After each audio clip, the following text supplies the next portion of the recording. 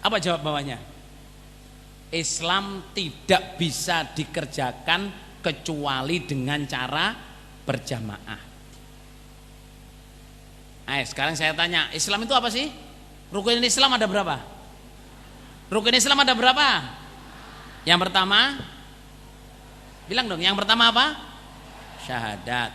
Yang kedua, zakat. Zakat apa? Sholat.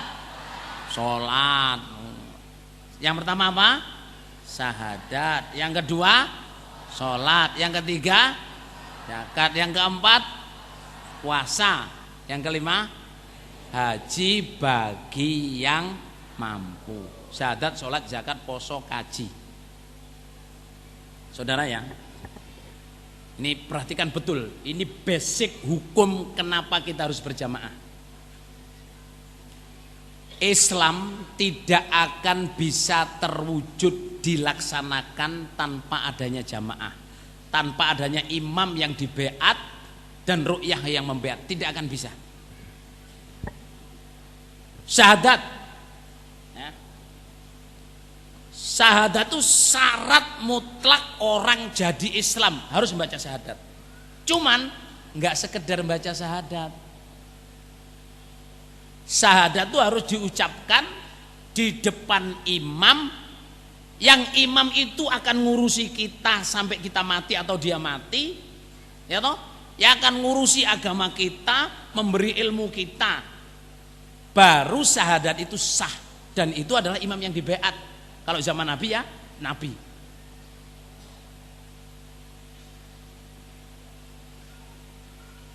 Bisa dipahami nama batin, Lur? Jadi kita nggak akan bisa Islam kalau nggak punya imam. Karena apa? Kita nggak akan bisa mengucapkan syahadat. Sebab mengucapkan syahadat yang sah itu harus di depan imam yang dibaiat. Saya manggul dari Pak Dohir, imam kita yang kedua. Gini, di Bukhari ini, di Bukhari.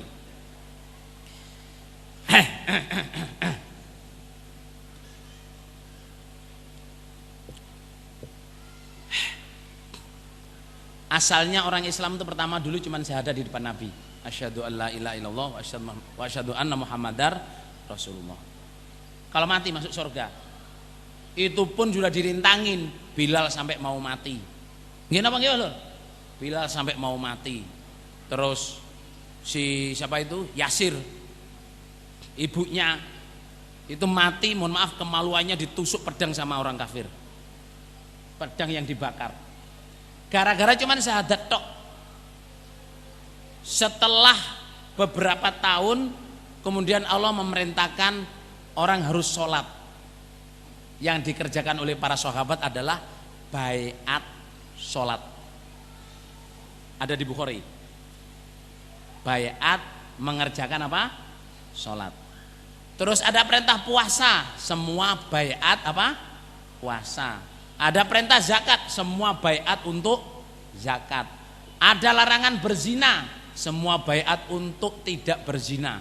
Yang paling top adalah ada perintah perang, semua baiat perang. Yang paling top, puncak itu. Jadi semua perintah Islam itu dulu asalnya syahadat dulu terus baiat. Tapi, ini dengarkan ini saudara ya. Nabi masih hidup setelah di Madinah. Orang mau Islam, mau ngaku Islam ke Nabi, tidak cukup mengucapkan syahadat lagi. Mereka datang ke Nabi untuk baiat. Di dalam baiat ada syahadat. Sehingga baiat dan syahadat itu dua hal yang tidak bisa dipisah. Nah, orang Islam asalnya nggak Islam terus masuk Islam, terus ngomongkan syahadat di depan kiai, di depan ustadz yang bukan imam, itu menurut Quran hadis nggak sah, nggak sah. Soalnya kiai sama ustadz itu bukan imam dan belum tentu ngurusin orang yang baca syahadat ini sampai dia mati atau imam atau ustadznya mati. Nah, belum dalik apalagi ustadz yang minta duit. Datang 1 jam, 20.000 atau seminggunya 50.000, datang 2 kali. Iqra kalau kelas tafsir seminggunya 50.000 apa 100.000. Nah itu ya duitnya nggak ada ya nggak datang, nggak sah. Yang jelas apa saja jamaah, kita membaca syahadat di depan imam kita. Nah, kalau sampean semua saudara jamaah, kalau sampean semua pengen Islam tapi nggak ada imam, kita nggak bisa ngerjain Islam. Karena untuk syahadat tok kita harus mengucapkan di depan apa? Imam yang dibaiat. Zaman Nabi masih hidup aja orang masuk Islam itu nggak cukup dengan syahadat. Mereka baiat kepada Nabi. Yang di dalam baiat itu ada syahadat. Bisa dipahami apa enggak ini jamaah? Alhamdulillah kita sudah punya imam dan kita membaca syahadat di depan imam kita dalam baiat kita. Asyhadu alla ilaha illallah wa asyhadu anna muhammadar rasulullah sallallahu alaihi wasallam. Saya mengangkat Bapak jadi imam saya, jadi imamnya jamaah, jadi amir saya, amirnya jamaah. Dan saya nggak sanggup taat sapol kemampuan berdasarkan Quran hadis, bukan hawa nafsu. Dengan ucapan baiat sami'na wa ata'na mastata'na. Udah beres, salaman. Saya berdoa kepada Allah mudah-mudahan Bapak Imam bisa adil, saya bisa taat sehingga kita bersama-sama masuk surga sama dari neraka. Nah, zaman Nabi juga gitu. Itu. Lah. Sekarang sholat. Yes, jaga suwi-suwi lur, waktune wis entek lur. Habis ini duhur. Oh, makan, habis makan duhur. Habis duhur ngaji, habis ngaji asar. Ngoten lur nggih. Habis asar ngaji, habis itu makan lagi. Terus maghrib, isya, ngaji lagi.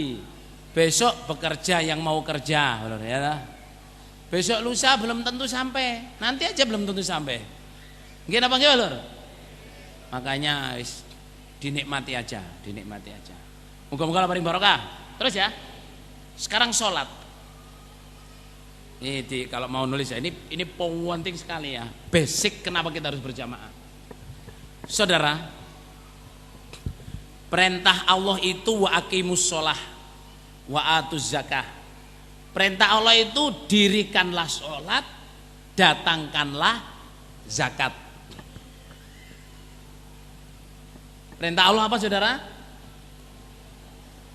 Dirikanlah sholat, datangkanlah zakat.